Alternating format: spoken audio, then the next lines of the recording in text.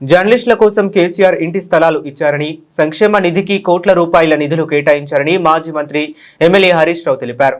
సిద్దిపేటలోని cricket స్టేడియంలో KCR birthday సందర్భంగా KCR cricket trophy season 5 టోర్నీని మాజీ మంత్రి ఎమ్మెల్యే హరీష్ రావు ప్రారంభించారు.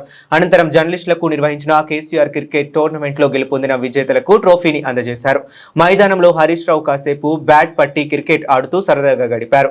సీఎం రేవంత్ రెడ్డి గెలిచాక యూట్యూబ్ వాళ్ల గుండెలపై తన్నాడని, వచ్చే అసెంబ్లీ సమావేశాల్లో జర్నలిస్టు సమస్యలపై పోరాటం చేస్తామని తెలిపారు. రేవంత్ సర్కార్ జర్నలిస్టులను చిన్నచూపు చూస్తుందని, జర్నలిస్టు కోసం పెట్టిన 16 కోట్ల రూపాయలు వెంటనే జర్నలిస్ట్ సంక్షేమ నిధికి ఇవ్వాలని డిమాండ్ చేశారు. కేసీఆర్ గారి జన్మదిన సందర్భంగా మరి ప్రతి సంవత్సరం కూడా సిద్దిపేటలో ఈ క్రికెట్ మ్యాచ్ను నిర్వహించడం జరుగుతూ ఉంది. తెలంగాణ రాష్ట్ర సాధకులు, తెలంగాణ తొలి ముఖ్యమంత్రి కేసీఆర్ గారి జన్మదినాన్ని పురస్కరించుకొని ప్రతి సంవత్సరం ఫిబ్రవరి 17వ తేదీన ఈ గేమ్ మనం ప్రారంభించుకుంటున్నాం. ఈసారి విశేషం ఏంటంటే జర్నలిస్టులు కూడా ఇందులో భాగస్వామ్యం కావడం చాలా సంతోషం. 6 టీములుగా జర్నలిస్టులు అందరూ కూడా దీంట్లో పాల్గొని మరి ఈరోజు మీడియా టైగర్స్ మరి ప్రథమ స్థానంలో నిలిచినందుకు వారందరికీ నా హృదయపూర్వక శుభాకాంక్షలు. అదేవిధంగా ద్వితీయ స్థానంలో నైట్ లయన్స్, సెకండ్ ప్లేస్ రన్నర్స్గా నైట్ లయన్స్ టీం నిలిచింది. వారికి కూడా నా శుభాకాంక్షలు తెలియజేస్తూ ఈ గేమ్లో పాల్గొన్న జర్నలిస్టులందరికీ కూడా హృదయపూర్వకంగా అభినందనలు తెలియజేస్తూ మా జర్నలిస్టులకు కూడా రోజు ఎంతో టెన్షన్లో రాత్రి పగలనకుండా ఎంతో కష్టపడి ప్రజలకు ప్రభుత్వాలకు మధ్య ప్రజాస్వామ్యాన్ని కాపాడడానికి జర్నలిస్టులందరూ కూడా కృషి చేస్తూ ఉంటారు. అయితే ముఖ్యంగా కాంగ్రెస్ ప్రభుత్వం అధికారంలోకి వచ్చిన తర్వాత జర్నలిస్టుల విషయంలో చిన్న చూపు చూస్తూ ఉన్నారు. ఎందుకంటే ఇంతవరకు 2.5 సంవత్సరాలు అయింది, అక్రిడేషన్ కార్డులే రాలేదు.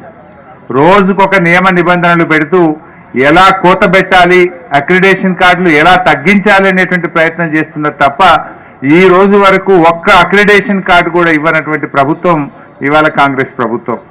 ఇంకా బాధ కలిగేది ఏంటంటే ఆనాడు నేను ఆరోగ్య శాఖ మంత్రిగా ఉన్నప్పుడు కేసీఆర్ గారి ఆదేశాలతో employees health scheme, journalist health scheme కూడా తెచ్చాం. క్యాష్లెస్ స్కీమ్ ఎట్లయితే ఎంప్లాయీస్కి ఇస్తున్నామో జర్నలిస్టులకు కూడా కార్పొరేట్ ఆసుపత్రుల్లో క్యాష్లెస్ స్కీమ్కు ఆనాడు జీవోలు కూడా ఇచ్చాం. కానీ మొన్న కాంగ్రెస్ ప్రభుత్వం ఉద్యోగులు తమ బేసిక్ పేలో 1.5% కట్టాలి, ఆ 1.5% కడితే రాష్ట్ర ప్రభుత్వం 1.5% ఇస్తూ ఉద్యోగులకు మాత్రం తెచ్చారు, జర్నలిస్టులకు మొండి చేయి చూపినారు. మరి జర్నలిస్టులను ఆ హెల్త్ స్కీమ్లో భాగస్వామ్యం చేయకపోవడం అనేటువంటిది ఇవాళ చాలా బాధాకరం. ఆనాడు కేసీఆర్ గారు 100 కోట్ల రూపాయలతో జర్నలిస్ట్ సంక్షేమ నిధి పెట్టారు. ప్రెస్ అకాడమీని 15 కోట్ల రూపాయలతో అద్భుతమైన ప్రెస్ అకాడమీ కట్టారు. కరోనాలో కూడా చనిపోయిన జర్నలిస్టులకు పెన్షన్ సౌకర్యం, కరోనాలో చనిపోయిన జర్నలిస్టులకు ఆర్థిక సహాయం, వారి పిల్లలకు స్కాలర్షిప్లు, ఇలా ఎన్నో కార్యక్రమాలు కేసీఆర్ గారు జర్నలిస్టులకు అందించారు.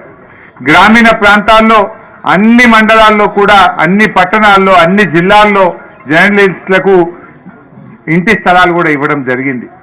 మరి కాంగ్రెస్ పార్టీ వచ్చిన తర్వాత ఇవాళ ఒక్కరికి ఇంటి స్థలం ఇచ్చింది లేదు, అక్రిడేషన్ కార్డు ఇచ్చింది లేదు, బడ్జెట్లో పెట్టిన పైసలు ₹1 విడుదల చేస్తలేరు. మొదటి బడ్జెట్లో 16 కోట్లు పెట్టిండ్రు, 16 రూపాయలు ఇవ్వలే. ఇప్పుడు ఈ 31st ఇంకో బడ్జెట్ అయిపోతుంది, ఈ మార్చి నెల. ఈ బడ్జెట్లో కూడా 16 కోట్లు పెట్టిండ్రు, ఇవాళకి 16 పైసలు ఇవ్వలే. నేను బట్టి విక్రమార్క గారిని డిమాండ్ చేస్తా ఉన్నా, బడ్జెట్ల పెట్టుడు బల్లలు కొట్టుడు కాదు, జర్నలిస్టులకు మొన్న ఈ ఆర్థిక సంవత్సరంలో మీరు